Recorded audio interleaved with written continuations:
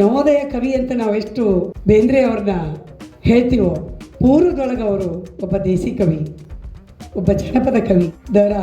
ಬೇಂದ್ರೆ ಅವರು ಮೊಟ್ಟ ಮೊದಲಿಗೆ ಅವರ ಕವನವನ್ನು ಆರಂಭ ಮಾಡಿದ್ದು ದೇಸಿತ್ವದಿಂದ.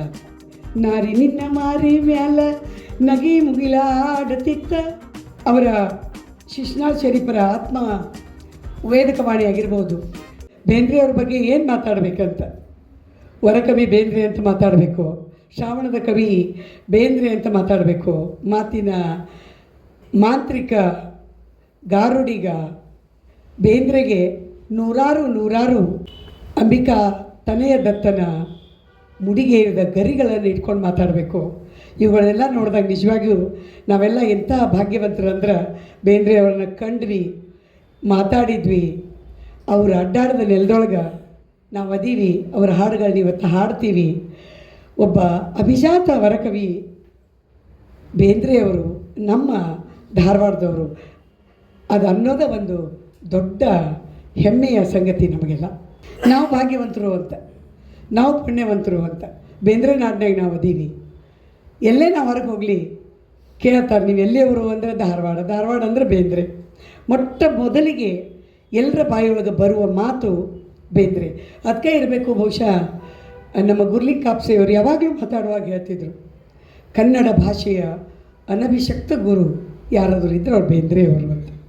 ಅಂತಹ ಅದ್ಭುತವಾದಂಥ ದೇಸಿ ನುಡಿಯ ಪ್ರಯೋಗಶೀಲತೆಯ ಮೂಲಕ ಹೊಸ ಕನ್ನಡ ಕಾವ್ಯ ಭಾಷೆಯನ್ನು ಬಳಸಿದವರು ನಮ್ಮ ಬೇಂದ್ರೆಯವರು.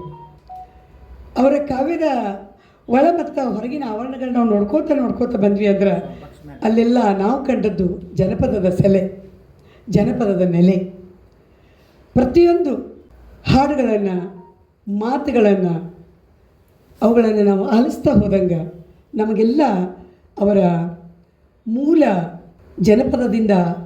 ಜನಪದದ ಸತ್ವದಿಂದ ಬಂದದ್ದು ಅನ್ನೋದನ್ನು ನಾವು ನಿಜವಾಗ್ಲೂ ಮರೆಯೋಕ್ಕೆ ಸಾಧ್ಯನೇ ಇಲ್ಲ.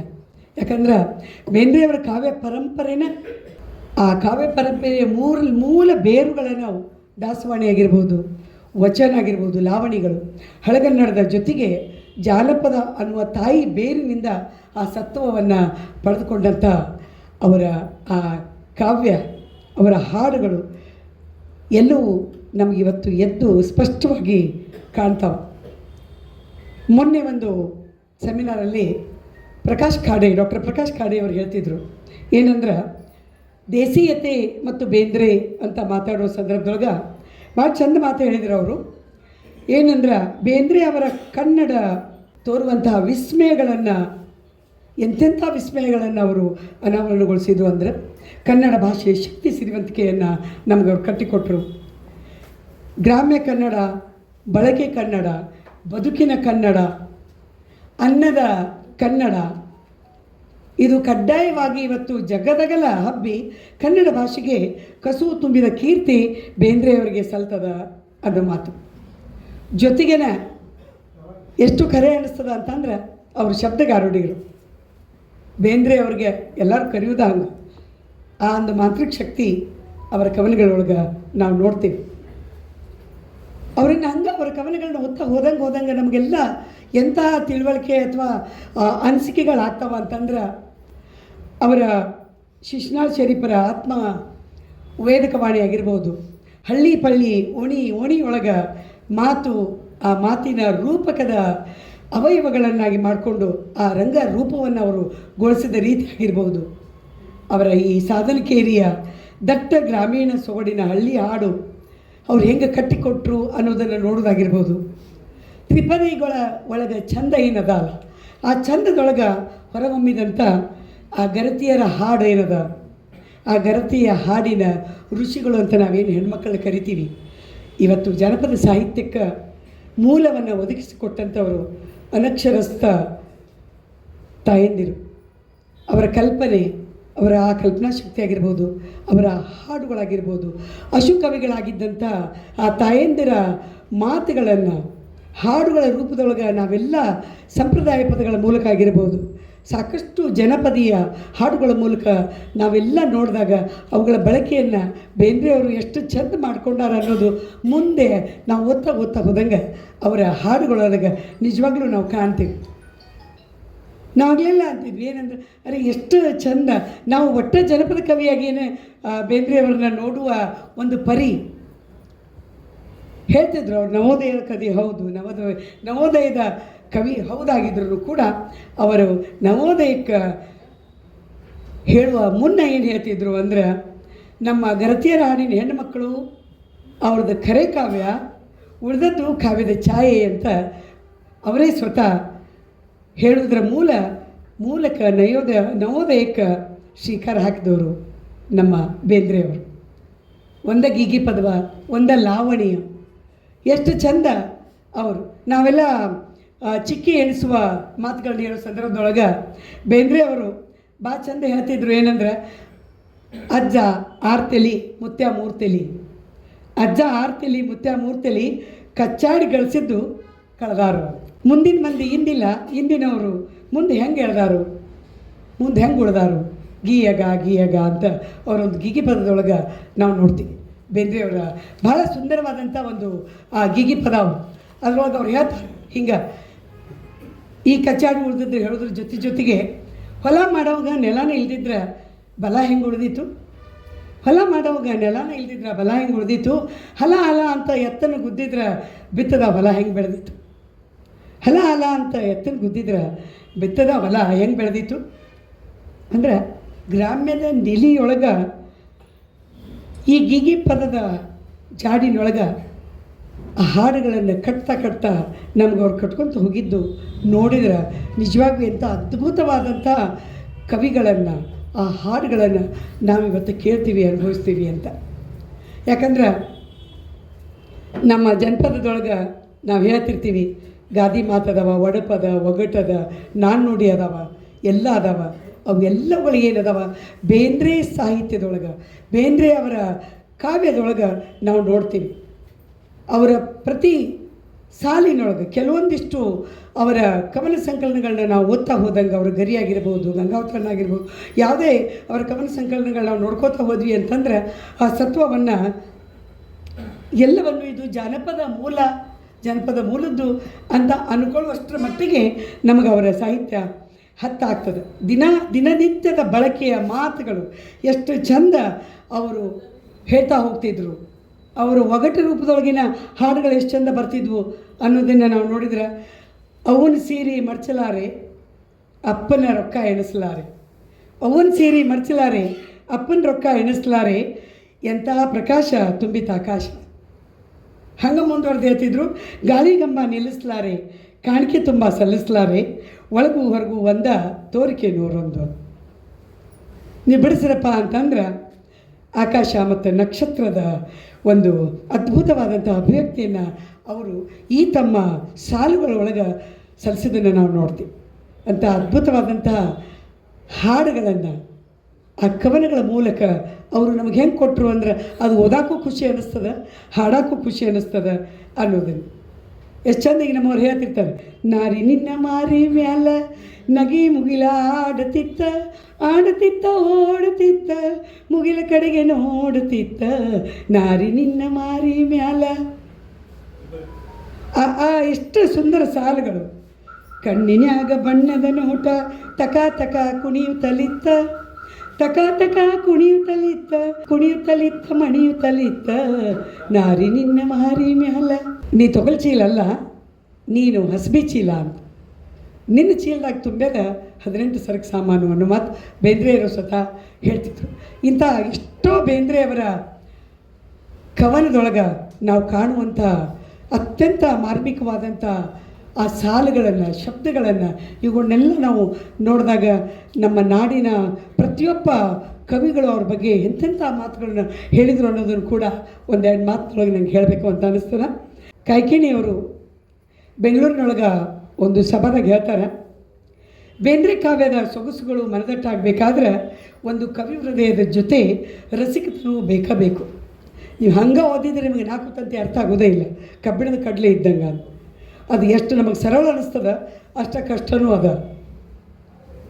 ಅದ್ರ ಜೊತೆಗೇ ಅವ್ರು ಇನ್ನೊಂದು ಮಾತು ಹೇಳ್ತಾರೆ, ಏನಂದ್ರೆ, ಪದ ಲಾಲಿತ್ಯದೊಡನೆ ಅರ್ಥ ಗೌರವ ಒಂದಾಗಿ ಹೊಂದಿಸ್ಕೊಂಡು ಕವನ ಕಟ್ಟುವ ಸಿದ್ಧ ಹಸ್ತ ಬೇಂದ್ರೆಯವ್ರಿಗೊಬ್ಬರಿಗಲ್ದ ಬೇರೆ ಯಾರಿಗೂ ಇಲ್ಲ. ಗೌರೀಶ್ ಕಾಯ್ಕಿಣಿಯವರು ಭಾಳ ಖುಷಿಯಿಂದ ಹೇಳುವಂಥ ಮಾತು. ಅವ್ರಿಗೆ ಸಾಕಷ್ಟು ಒಂದು ಸಂಸ್ಥೆ ಆಗ್ಯಾರ, ಒಂದು ಸಂಪ್ರದಾಯ ಆಗ್ಯಾರ, ಅಖಂಡ ಸ್ಫೂರ್ತಿಯ ಸೆಲೆ ಆಗ್ಯಾರ. ಶಬ್ದ ಶಕ್ತಿ ಅನ್ನೋದು ಬೇಂದ್ರೆ ಅವರ ಕೈಗೂಸು. ಅವ್ರು ಹೆಂಗೆ ಮಣಿಸ್ತಾರ ಹಂಗೆ ಅದು ಮಣಿತದ. ಅವ್ರ ಕೈಯೊಳಗಿಂದ ಹೆಂಗೆ ಅದನ್ನು ಮಣಿಸ್ತಾರ ಹಂಗೆ ಅದು ಮಣಿತದ. ಅದಕ್ಕೆ ಶಬ್ದಗಳ ಉಚಿತ ಮತ್ತು ಖಚಿತ ಪ್ರಯೋಗವನ್ನು ಯಾರು ಮಾಡಿದ್ರು ಅಂತಂದ್ರೆ ಅದು ದ ರಾ ಬೇಂದ್ರೆಯವರು. ಅಂಬಿಕಾತನೆಯ ದತ್ತಿಗೆ ಮಾತ್ರ ಅದು ಒಲದಿತ್ತು ಅನ್ನೋದನ್ನು ಬಹಳ ಸುಂದರವಾಗಿ ಹೇಳ್ಕೊತ ಹೋಗ್ತಾರೆ. ನಮ್ಮ ನಾಡಿನ ಹಿರಿಯ ಸಿದ್ಧಲಿಂಗ ದೇಸಾಯಿ ಬಸಲಿಂಗ ಹಿರೇಮಠವ್ರು ಹಾಡ್ತಿದ್ರು ಆ ಹಾಡು. ಬೇಂದ್ರೆಯವರ ಬರೀ ಬೇಂದ್ರೆಯವರ ದೇಶಿ ಸಾಹಿತ್ಯ ಆಗಿರ್ಬೋದು, ನವೋದಯ ಸಾಹಿತ್ಯ ಆಗಿರ್ಬೋದು, ಅವರ ಸಾಹಿತ್ಯದ, ಅವರ ಹಾಡುಗಳ, ಅವರ ಕಾವ್ಯದ ಸೃಷ್ಟಿಯ ಕುರಿತೆ ಮಾತಾಡಿದವರು ಬಹಳಷ್ಟು ಜನ ಅವರು. ಅದ್ಭುತವಾಗಿ ನಾಡಿನ ಅತ್ಯಂತ ಹಿರಿಯ ರಾಷ್ಟ್ರ ಕವಿಗಳು ಅನಿಸ್ಕೊಂಡಂಥವ್ರೆಲ್ಲರೂ ಕೂಡ ಇವತ್ತೇನಾದರೂ ಮೆಚ್ಚುತ್ತಿದ್ದರು ಅಂತಂದ್ರೆ ಜ್ಞಾನಪೀಠ ಪ್ರಶಸ್ತಿಯನ್ನು, ಆ ಗರಿಯನ್ನು ಧಾರವಾಡಕ್ಕೆ ತಂದು ಕೊಟ್ಟಂಥ ಬೇಂದ್ರೆಯವರ ಕುರಿತೇ ಮಾತಾಡ್ತಿದ್ರು. ಅದು ಒಂದು ನಿಮ್ಮೆಲ್ಲರ ಹೆಮ್ಮೆ ಅಂತ ಭಾಳ ಪ್ರೀತಿಯಿಂದ ಹೇಳಬೇಕನ್ನಿಸ್ತದೆ. ಸಿದ್ಧಲಿಂಗ ದೇಸಾಯಿ ಅವರು ಒಂದು ಹಾಡು ಬರೀತಾರೆ. ಅವರ ಕ್ಯಾದಗಿ ಜವಳು ಅನ್ನೋ ಕವನ ಸಂಕಲನದೊಳಗೆ ಆ ಹಾಡು ಸಿಗ್ತದೆ. ಅದು ಒಂದು ನುಡಿಯನ್ನು ಹೇಳ್ತೀನಿ. ಪಡಬಿದ್ದ ಭೂಮಿನೆಲ್ಲ ಗಳೆ ಹೊಡೆದು ಬೇಕಾದ್ದು ಬೇಡಾದ್ದು ಬೆಳೆದ.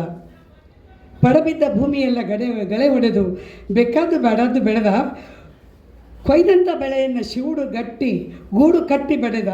ರಾಶಿ ಮಾಡಿ ಇಟ್ಟ ಬೇಂದ್ರೆ ಅಜ್ಜ, ರಾಶಿ ಮಾಡಿ ಇಟ್ಟ. ಆ ರಾಶಿಯನ್ನು ನಾವು ಹೆಂಗೆ ಬಳಸ್ಕೋತೀವೋ ಬಿಡ್ತೀವೋ ಬಳಸ್ಕೊಂಡಿವೋ ಗೊತ್ತಿಲ್ಲ. ಆದರೆ ಅಂಥ ಅದ್ಭುತವಾದಂತಹ ಆ ರೂಪಕಗಳ ಜೊತೆಗೆ ನಮ್ಮ ಕವಿಗಳು ಇವತ್ತು ಅವರ ಆ ನುಡಿಗಳನ್ನು, ಅವರು ಆಡಿದ ಮಾತುಗಳನ್ನು, ಅವರು ನಮಗೆ ಕೊಟ್ಟಂತಹ ಸಾಲುಗಳನ್ನು ವರ್ಣಿಸಿ ಹೇಳೋದಲ್ಲ, ಅದನ್ನು ನಿಜವಾಗಿಯೂ ನಾವು ಅವ್ರು ಹೇಳಿದ್ದನ್ನು ನಾವು ಅರಗಿಸ್ಕೊಳ್ಳಾರ್ದಷ್ಟರ ಮಟ್ಟಿಗೆ ಬೇಂದ್ರೆಯವರು ನಮ್ಮ ಜೊತೆಗೆ ಅದಾರಂತ. ಒಮ್ಮೆ ಹೇಳ್ತಿದ್ರಂತ, ಯಾರಿಗೆ ಬೇಕಲೇ ನಿನ್ನ ಕವಿತಾ?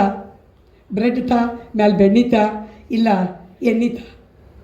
ಯಾರಿಗೆ ಬೇಕಾಗಿತ್ತು ನಿನ್ನ ಕವಿತಾ? ಯಾರು ಕವಿತಾ ಓದಕ್ಕೆ ಅವ್ರ ಮುಂದೆ ನಾನು ಒಂದು ಕವಿತಾ ಬರ್ತೀನಿ, ಕವಿತಾ ಓದ್ತೀನಿ ಅಂತಿದ್ರಂತ. ಕವಿತಾ ಓದಕ್ಕೆ ಹೋದಾಗ ಯಾರಿಗೆ ಬೇಕಾಗಿತ್ತು ನಿನ್ನ ಕವಿತಾ? ಬ್ರೆಡ್ ತಾ, ಬೆಣ್ಣಿತಾ, ಇಲ್ಲ ಅಂದರೆ ಮ್ಯಾಲೆ ಎಣ್ಣಿತಾ ಅಂತ. ಅದ್ಭುತವಾದಂಥ ಬೇಂದ್ರೆಯವರ ಸಾಹಿತ್ಯವನ್ನು ನಾವುಗಳು ಅರ್ಥ ಮಾಡ್ಕೊಳ್ಳೋದು ಅಥವಾ ಅವುಗಳ ಬಗ್ಗೆ ಬಹಳ ದೊಡ್ಡ ಅರ್ಥದಲ್ಲಿ ನಾವು ಮಾತಾಡ್ತೀವಿ ಅಂತಂದ್ರೆ ನಮ್ಮ ಓದಾಗಿರ್ಬೋದು, ನಮ್ಮ ಜ್ಞಾನ ಆಗಿರ್ಬೋದು, ನಾವು ಅವರನ್ನು ಅರ್ಥೈಸ್ಕೊಳ್ಳುವ ಬಗೆ ಆಗಿರ್ಬೋದು ಎಷ್ಟು ಅದ್ಭುತವಾಗಿರಬೇಕು ಅಂತ ಅನ್ನೋದನ್ನು ನೆನೆಸ್ಕೊಂಡ್ರೆ ಭೀಮಸೇನ್ ಜೋಶಿಯವ್ರ ಮಾತು ನೆನಪಾಗ್ತದೆ ನನಗೆ. ಏನಂದ್ರೆ ಒಂದು ಸಲ ಮನ್ಸೂರ್ ಅವ್ರ ಕಾರ್ಯಕ್ರಮ ನಡೆದಿತ್ತಂತ. ನಾಡಿನ ಹಿರಿಯ ಮನ್ಸೂರ್ ಅವರು ಹಾಡುವಾಗ ಕೇಳಿದಂತ, ಸರ್ ಈ ಮನ್ಸೂರ್ ಅವರು ಹಾಡಿದ್ರಲ್ಲ ಅದೇನ್ರಿ ನಿಮಗೆ ತಿಳಿತೇನು ಅಂತ ಕೇಳಿದ್ರಂತ. ಆವಾಗ ಭೀಮಸೇನ್ ಜೋಶಿ ಅವ್ರು ಹೇಳಿದ್ರಂತ, ಅವ್ರು ಹೊಡೆದು, ಲೇ ನಾ ಹಾಡೋದು ನಿನಗೆ, ಅವ್ರು ಹಾಡೋದು ನನಗೆ, ಕೇಳ್ತಿದ್ರೆ ಕೇಳು, ಇಲ್ಲ ಅಂದರೆ ಎದ್ದು ಹೋಗು ಅಂದ್ರಂತ. ಮಲ್ಲಿಕಾರ್ಜುನ್ ಮನ್ಸೂರ್ ಅಂದ್ರೆ ನಿಂಗೇನು ಗೊತ್ತಿಲ್ಲ, ನಿಂಗೆ ಗೊತ್ತಿಲ್ಲ ಅಂದ್ರೆ ಕೇಳಬೇಡ, ಅವ್ರು ಹಾಡೋದು ನನಗೂ ಮರಯ್ಯ, ನಾ ಹಾಡೋದು ನಿನಗೆ. ಇಂಥ ಸ್ಥಾನದೊಳಗೆ ನಮ್ಮ ಬೇಂದ್ರೆ ಅವರು ಕೂಡ ಇದ್ದರು. ಯಾಕಂದ್ರೆ ನಮ್ಮ ವಿ ಸೀತಾರಾಮಯ್ಯನವರ ಒಂದು ಕಡೆ ಹೇಳ್ತಾರೆ ಏನಂದ್ರೆ, ಬೇಂದ್ರೆ ಅಂದ್ರೆ ಒಂದು ಬೆಂಕಿ, ಬೇಂದ್ರೆ ಅಂದ್ರೆ ಒಂದು ಬೆಂಕಿ, ಅದು ಶಾಖ ಕೊಡ್ತದೆ, ಬೆಳಕು ಕೊಡ್ತದೆ, ಪಾಕನೂ ಮಾಡ್ತದೆ, ಪರಿಶುದ್ಧ ಪಾವನೆಗೊಳಿಸ್ತದೆ. ನೀವು ಓದಿದಿ ಅಂದರೆ ಬೇಂದ್ರೆ ಕಾವ್ಯ ನಮ್ಮನ್ನು ಪರಿಶುದ್ಧ ಪಾವನೆಗೊಳಿಸ್ತದೆ ಅನ್ನೋದು. ಯಾಕಂದರೆ ಇದ್ದದ್ದು ಮರೆಯೋಣ, ಇಲ್ಲದ್ದು ತೆರೆಯೋಣ, ಹಾಲ್ಜೇನು ಸುರಿಯೋಣ, ಅರ್ಥವಿಲ್ಲದ ಸ್ವಾರ್ಥವಿಲ್ಲದ ಬರಿಯ ಭಾವಗೀತೆಗಳಾಗೋದು ಬೇಡ ನಾವು ಅನ್ನುವ ಅವ್ರ ಮಾತುಗಳಿಗೆ ಇದೊಂದು ಅರ್ಥವನ್ನು ಕೊಡುವಂಥ ಮಾತು ವಿ ಸೀತಾರಾಮಯ್ಯನವ್ರು ಹೇಳ್ತಾರೆ. ಎಂಥ ಬಹುಶಃ ನಾವು ಬೇಂದ್ರೆಯವರನ್ನು ನಾನಿವತ್ತು ನನ್ನ ಪ್ರಾಮಾಣಿಕ ಅನಿಸಿ ಒಂದು ದೇಶೀಯ ನೆಲೆಗಟ್ಟಿನೊಳಗೆ ಅವ್ರ ಬಗ್ಗೆ ನನಗೆ ಏನೋ ಒಂದೆರಡು ಮಾತುಗಳನ್ನ ಮಾತಾಡಬೇಕು ಅನ್ನಿಸ್ತು. ಅಂದರೆ ಅವರನ್ನು ನಾವು ಹೆಂಗೆ ಅರ್ಥ ಮಾಡ್ಕೊಳ್ಳೋಕೆ ಸಾಧ್ಯದ? ಆರಂಭದ ದಿನದೊಳಗೆ ಬೇಂದ್ರೆ ಅವರು ಹೆಂಗೆ ಜನಪದವನ್ನು ತನ್ನದಾಗಿ ಅವರು ಮಾಡ್ಕೊಂಡಿದ್ರು ಅನ್ನೋದನ್ನು ನೋಡಿದ್ರೆ, 4 ತಂತಿಯ ಅವರ ಜ್ಞಾನಪೀಠ ಪ್ರಶಸ್ತಿ ಬಂದ ಮೇಲೆ ನಾವು ಬೇಂದ್ರೆಯವ್ರನ್ನ ಕಾಣೋದಲ್ಲ. 4 ತಂತಿ ಬಂತು ಪ್ರಶಸ್ತಿ ಅಂತ ಭಾಳ ಮಂದಿ ಹಿಡ್ಕೊಂಡು ಕುಂತ್ವಿ ನಾವು. 4 ತಂತಿಯನ್ನು ಭಾಳ ಮಂದಿ ಹಿಡ್ಕೊಂಡು ಕುಂತ್ವಿ. 4 ಸಾಲು ತಿಳಿಲಿಲ್ಲ, ನಮಗೆ ಅರ್ಥವಾಗಲಿಲ್ಲ. ಯಾಕಂದ್ರೆ ಅದನ್ನು ಅರ್ಥ ಮಾಡ್ಕೋಬೇಕು ಅಂತಂದ್ರೆ ನಮಗೆ ಭೀಮಸೇನ್ ಜೋಶಿಯವರು ಹೇಳಿದ ಮಾತುಗಳು ಇವತ್ತು ನೆನಪಾಗ್ತವೆ.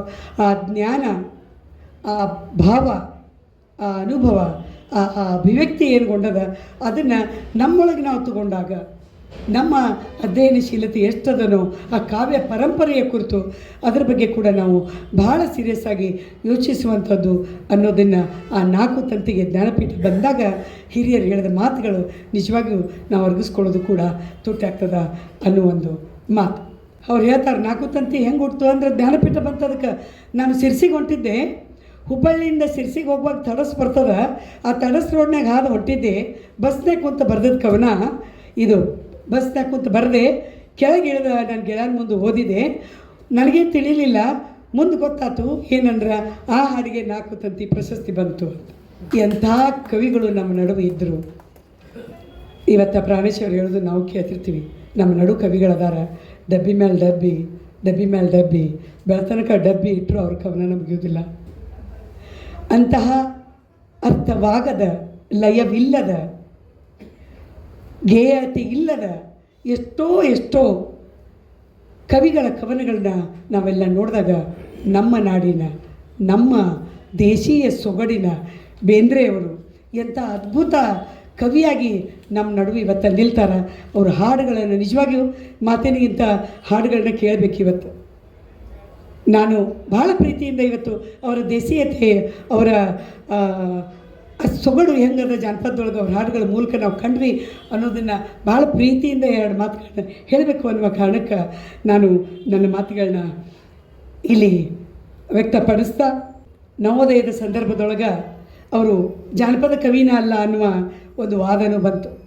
ಭಾಳ ವಾದಗಳು ನಡೆದು ಆವಾಗ ಆಕಾಶವಾಣಿಯೊಳಗೂ ಒಂದು ವಾದ ಇತ್ತು. ಬೇಂದ್ರೆಯವರು ಜಾನಪದದ ಕವಿಯೋ ಅಥವಾ ನವೋದಯ ಕವಿಯೋ ಅಂತ.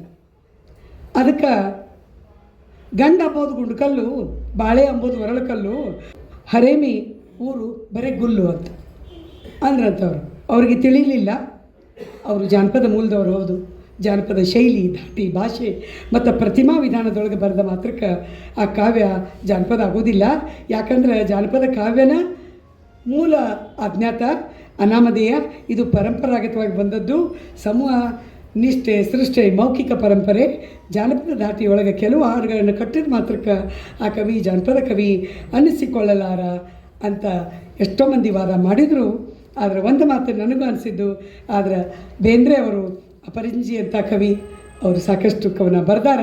ಓದುವಾಗ ಅವಳ ಗತ್ತು, ಗುಂಗು, ಗ್ರಾಮೀಣ ಸಂಸ್ಕೃತಿ, ಟೊಂಕದ ಮೇಲೆ ಕೈ ಇಟ್ಕೊಂಡ ಬಿಂಕದಾಕಿ ಯಾರಿಕಿ ಅನ್ನುವ ಗತ್ತಾಗಿರ್ಬೋದು, ಸಂಜೆಯ ಜಾವಿಗೆ ಹೊರಟಿದಿ ಬಾವಿಗೆ ಅನ್ನುವಾಗಿರ್ಬೋದು, ನನ್ನ ಕೈಯ ಹಿಡಿದಾಕಿ ಅಳನುಂಗಿ ನಗುವೊಮ್ಮೆ ಅನ್ನುವ ಹಾಡಾಗಿರ್ಬೋದು, ಕೂಸುಗೆ ಕುಚ್ಚಿಗೆ ತಿಂತು ಹಾಸಿಗೆ ನೆಲ ತಿಂತು ಅನ್ನುವುದಾಗಿರ್ಬೋದು, ಕಬ್ಬಿಣದ ಕೈ ಕಡ್ಗ ಕುಣಿಕೋಲು ಕೂದಲು ಕಬ್ಬಳಿ ಹೊದ್ದಾವ ಬಂದಾನ ಅನ್ನುವ ದೇಸಿ ಸಂಸ್ಕೃತಿಯ ಆ ಗಾರುಡಿಗನ ಹಾಡಾಗಿರ್ಬೋದು. ಇವುಗಳೆಲ್ಲವನ್ನು ನೋಡಿದಾಗ ಕೂಡ ನಾವು ಏನೇ ಆದರೂ ನಮ್ಮ ಬೇಂದ್ರೆಯವರು ಮೂಲ ದೇಸಿ ಸೊಗಡಿನಿಂದ ಹುಟ್ಟಿ ನವೋದಯಕ್ಕೆ ಅದ್ಭುತವಾದಂಥ ಸಾಹಿತ್ಯವನ್ನು, ಕಾವ್ಯವನ್ನು ಕೊಟ್ಟರು, ಆ ಪರಂಪರೆಯೊಳಗೆ ಬಂದರು ಅನ್ನುವ ಮಾತನ್ನು ಹೇಳ್ತಾ, ಬಹುಶಃ ಅವ್ರ ಬಗ್ಗೆ ಎಷ್ಟು ಮಾತಾಡಿದ್ರು ಸಾಲದು.